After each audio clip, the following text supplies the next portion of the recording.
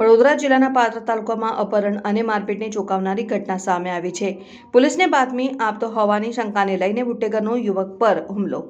પોલીસનો બાતમીદાર હોવાની શંકાએ યુવક મહેશ માળીનું અપહરણ કરવામાં આવ્યું હોવાના આક્ષેપ બુટલેગરો દ્વારા વડોદરા જિલ્લાના પાદરા તાલુકામાં અપહરણ અને મારપીટની ચોંકાવનારી ઘટના સામે આવી છે. પોલીસને બાતમી આપતો હોવાની શંકાને લઈને બુટ્ટેગરનો યુવક પર હુમલો.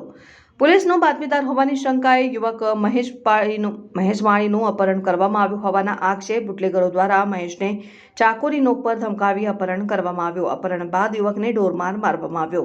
ઘટનાને લઈને વિસ્તારમાં ચકચાર મચી યુવકને વધુ સારવાર માટે વડોદરા શહેરની એસએસજી હોસ્પિટલમાં દાખલ કરવામાં આવ્યો છે. ઘટનાને લઈને પોલીસ દ્વારા તપાસ શરૂ કરવામાં આવી છે.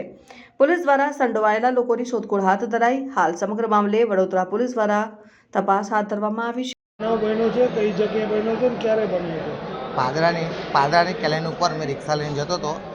5-6 જણ બાઇકવાળા આવ્યા. રિક્ષામાં મને ઓછું ચાલી લીધું અંદર અને રિક્ષાની અંદર મારા ઘરાની ઉપર પાર્યું નીકળી દીધું અને મને રિક્ષામાં મારતા એવું કહેતા કે એસએમસીનો તું બાટલીદાર છે કે એટલે તને અમે મારીએ છીએ એમ અને તું બાટલી અમારી આપે છે એમ અમારા સ્ટેન્ડની ઉપરની એમ. કોણ હતું સામેવાળા? મહેશ કરીને છે અને એના બે છોકરા છે. એક ચિરાગ કરીને છે અને ધનિત કરીને છે અને એક અજય કરીને છે અને એક સંતોષ માળી છે. એ વડોદરા છે. શું કરે છે સામેવાળા?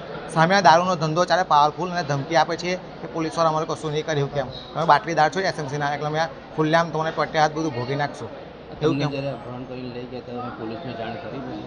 હા, પછી મને મારે, પછી મને મારીને નાખી દિવસ થઈને. પછી મારા ભાઈને ફોને મારે, મારા ભાઈ મને લેવા તો પછી મને ઘરે મેં દવાખાને ડાયરેક્ટ આવ્યો. પોલીસને જાણ કરી ને મારી એક સોનાની ચેન તોડી ગયા છે. મારા 1500 રૂપિયા ગજામાંથી લઈ ગયા છે. 1 તોલાની ચેન મારી તોડી ગયા છે. તમારી શું માંગ છે? અમારી માંગ એ છે કે અમે બાટલીદાર છે તો બુટલેગરો એસએમસીના બાટલીદારને મારવાની જાનથી ધમકી આવે છે. લોકો શું નામ આપનું? મહેશ માળી.